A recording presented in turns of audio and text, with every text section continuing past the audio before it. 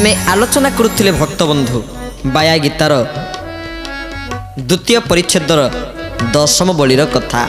जो दशम बलि रे निजे बाबा बाया कहउचंती परीक्षा किभली भाव गुरु करिथांती, गुरुंकर परीक्षा रे उत्तीर्ण हवा किपरि। आज सेही बाया गीतार द्वितीय परिच्छेदर एकादश बलिर कथा वस्तु को श्रवण करिबा। 11टी इंद्रिय को आयत्त करिबा पई बाबा बाया एकादश बलि रे केडे सुंदर भाव रे ए जगत को प्रेरणामूलक सुंदर कथा तांकर ए द्वितीय परिच्छेदर एकादश बलि रे कहउचंती। निम्न दृष्टि जार होई केबे झुंटई नाही, ऊपर मुहाजे हुई विपदे से पड़ई। गोविंद गोविंद गोविंद जय राधे गोविंद, नंदर नंदन प्रभु हे भज परमानंद। नदी झरणादि सरवे निम्न दिगे बहन्ति, बाधा विघ्न पथे कटाई समुद्र रे मिलन्ति। गुरु स्वामी अंतर्जामी है प्रभु आनंद कंद, दुख हारी जगतपति है जय सच्चिदानंद। आहा समुद्र आकार धरिण समुद्र रे रहन्ति, लवण जल रे मिश्रण निज गुण भूलन्ति। गोविंद गोविंद गोविंद जय राधे गोविंद, नंदर नंदन प्रभु हे जय परमानंद। बोले भक्तवत्सल भगवान की जय। परम कारुणिक गुरुदेव बाबा बाया कहउचंती निम्न दृष्टि जार हुई केबे झुंटई नाही। जहांक दृष्टि सदासर्वदा निम्न को, जी सदासर्वदा तल को अनै थांती, जी सदासर्वदा निम्न को अनै थांती, जहांक दृष्टि निम्न को ही थाए। बाबा कहउचंती कौन सी केतेबेले झुंटी थाए केतेबेले भी झुंटी न थाए। आमे रास्ता रे जाउचे जदि ऊपर मुहाई के जाउथुबा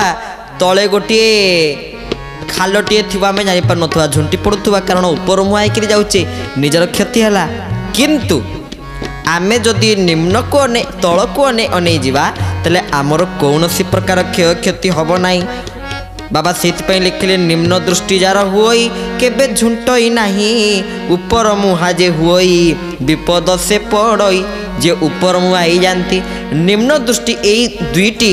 पद विशिष्ट बाबा जो कहउचंती। निम्न कहले निज भितर केतेबेले से अहंकार गर्व मु मोर भाव को आनिबा नाही, मन भितर भगवान को प्रति भक्ति जागृत करिबा।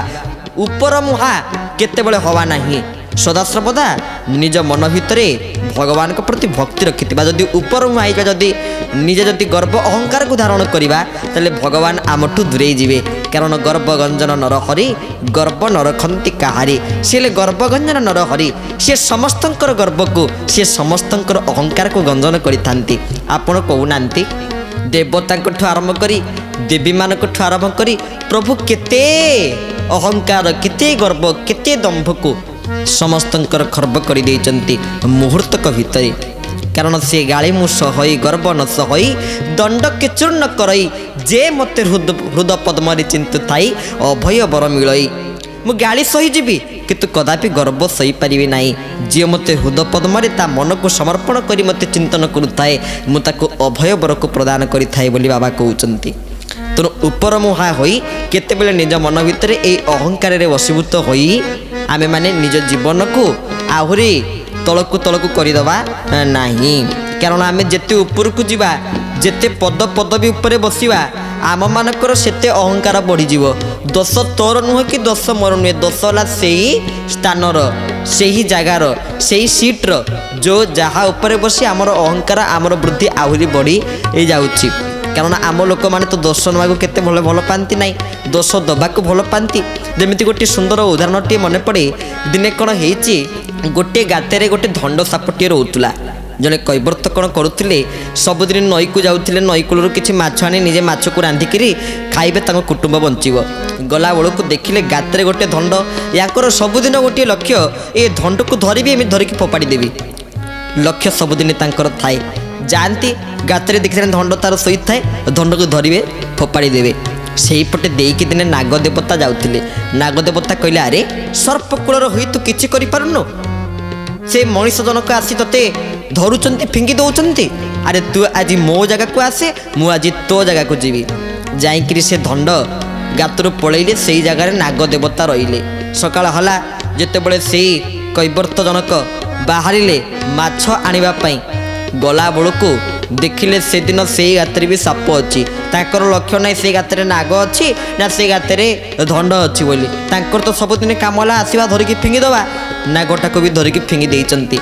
नागदेवता भी जाई पड़ी जाइचंती धंड ई समय आसी कहले आज्ञा कौन मते आपण कहते जे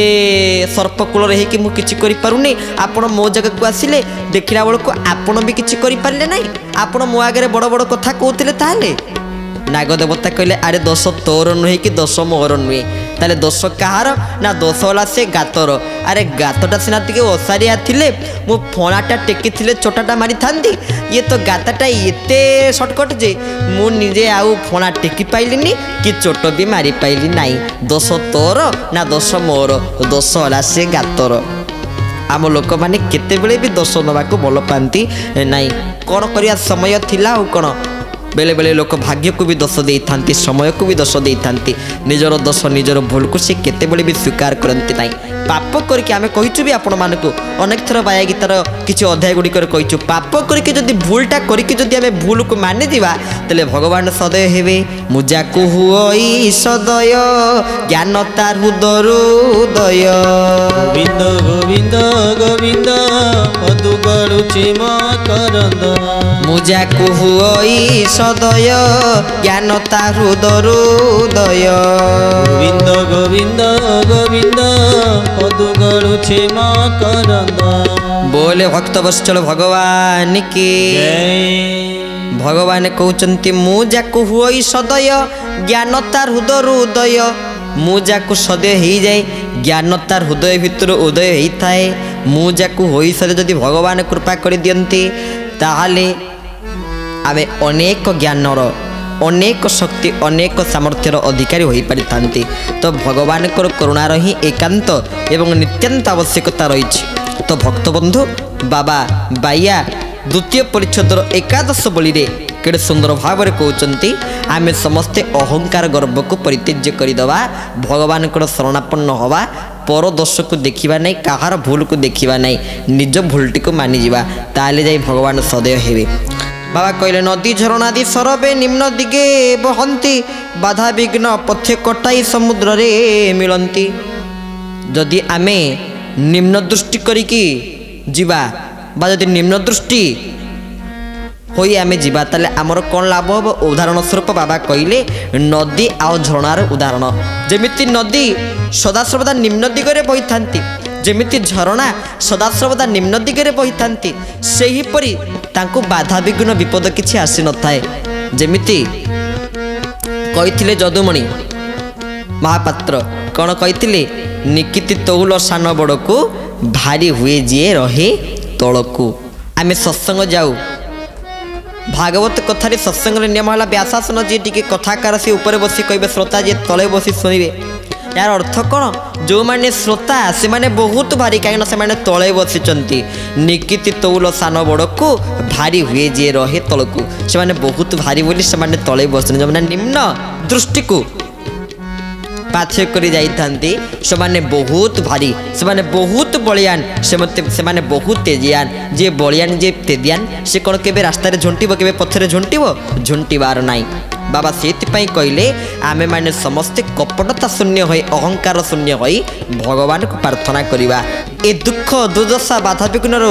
दूरीभूत होवार उपाय होला निम्न दृष्टि यही संबंध में चर्चा थिला समस्त देवादेवी मानक लक्ष्य जमिति नदी मानक लक्ष्य समुद्र में मिसिबा देवादेवी मानक लक्ष्य होला महाप्रभु जगन्नाथ को सहित मिसिजिबा तो सेही महाप्रभु जगन्नाथ किए कहले जेते बेले देवादेवी माने साधु संत माने भक्त माने समुद्र कहले जगन्नाथ को सहित भगवान को सहित मिसी जानती से माने तांकर निज गुण को मध्य भूली जानती से निज को मध्य भूली जानती आमे कोठी थिलु एबे कोठी अछु कोठी की जीवु कोन करूचु मु किए ये संपूर्ण परिचय से माने तांकर भूली जाई थांती कहले जल अटे निराकारटी तार आकार नाही स्थल विशेष रे से थाई भिन्न भिन्न होई केडे सुंदर कथा कहले कहले जल अटे निराकारटी जल कोन ना निराकार निराकार शब्द अर्थ कोन ए जगत रे को माने निर्गुण तो को माने सगुण बादी को माने निर्गुण तत्व को विश्वास करती को माने सगुण तत्व को विश्वास करती को माने निराकार बादी तो को माने साकारवादी थरे चिंता करंतु निराकार शब्द अर्थ कोन निर कहिले जल तो एक जल को जदि आमे धारण करिबा कोन एमिति हाथ रे आनी के जल को धारण करिबा कि ना ता पई गोटे पात्र आवश्यकता अछि तो निराकार आसी कोठी विराजमान करिवे जेमिति निर कहले जल निराकार स्वरूप हला जल भली तो जल को आमे जेते बेले पीबा बा जल को आनिबा गोटे पात्र आवश्यकता अछि सेमिति निराकार को शरीर भितर धारण करिबा ये शरीर रूपक पात्र आवश्यकता रहिछि ये निराकार ये साकार पुनी कोन पई होंती केडे सुंदर भाव रे कहले जल अटे निराकारटी तार आकार नाही स्थल विशेष रे से थाई भिन्न भिन्न होई गोविंद गोविंद गोविंद जय राधे गोविंद नंदर नंदन प्रभु भज परमानंद कुपत गड़ारे से जल काल बसरे थाए आवश्यक अनुजाई तो लोक आनंद दिए गुरु स्वामी अंतर्जामी है प्रभु आनंद कंद दुख हरि जगतपति है जय सच्चिदानंद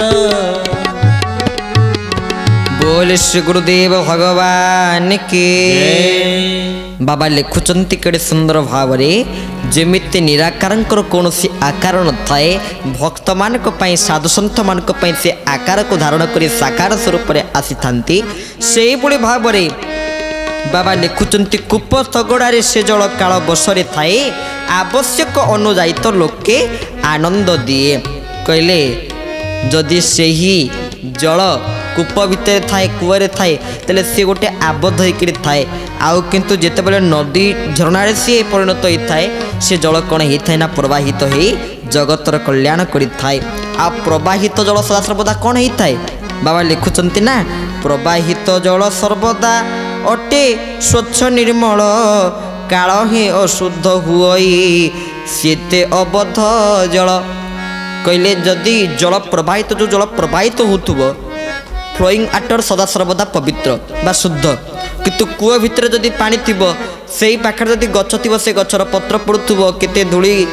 से कूआ भितर पड़ुथुबो कूप भितर पड़िथिबो अर्थ प्रभु एटी कहि देवा को चाहुतंती जो माने आबद्ध होकर थांती जो माने बंदी होकर थांती को बंधन रे ना संसार बंधन जो माने बांधी होकर थांती सेही मानकर हृदय परिष्कार हृदय नुए जो माने ए संसार बंधन उन्मुक्त होता से माने सदा सर्वदा विशुद्ध जल परी जो माने प्रवाहित होता जो माने समस्त को आनंदर सहित व्यवहार शुद्ध आचरण करिथांती शिष्टाचार को धारण करिथांती सेही मानक हृदय सदा सर्वदा पवित्र आम सेही मानक भीतर ही विराजमान करिथाए सर्वस्य चाहं हृदय सन्निविष्ट मु कोठी थाए तमे सबुआड़ चाह मु कोठी अछि ना हृदय सन्निविष्ट हृदय भितर ही से विराजमान करिसंती हृदय को से परि प्रवाहित जल भलिया स्वच्छ आ निर्मल करिया पई पड़िबो ताले जाई भगवान आसीबे। एइति ठाकुर अभिराम कहिथिले तो पाखे पाखे अछि नंदन तू काहे की करूछु क्रंदन कहले तो पाखे पाखे भगवान अछंती तू कितु कोन पाई क्रंदन करूछु जेते बेले ए भावना पळि आसीबो भगवान मो पाखे अछंती बोली जेते बेले मो पाखे मो प्रभु विराजमान करिसंती बोली सेते बेले आउ कदापि मन भितरे द्विधा आसीबो नाही मन भितरे सदासर्वदा आध्यात्मिक वातावरण जागृत होबो। बाबा एई प्रकार कथा ही एई बाया गीतार एकादश बलि रे कहउचंती अर्थ जेते बेले आबद्ध होई थाए सेते बेले कालर परवश होइताए बा कालर बस होई काल जहा कहि थाए कालर कथारे उठी थांती कालर कथारे बसी थांती। भागवत रे एइति पई अति बड़ी जगन्नाथ दास कहिचंती काल को क्रीड़ा ए जगत काल को केबा समरथ गोविंद गोविंद गोविंद हे गोविंद पदु गलुछि मकरंद हे गोविंद काल को केबा समरथ कालर क्रीड़ा ए जगत गोविंद गोविंद गोविंद हे गोविंद पदु गलुछि मकरंद हे गोविंद। बोल श्री भक्त वत्सल भगवान के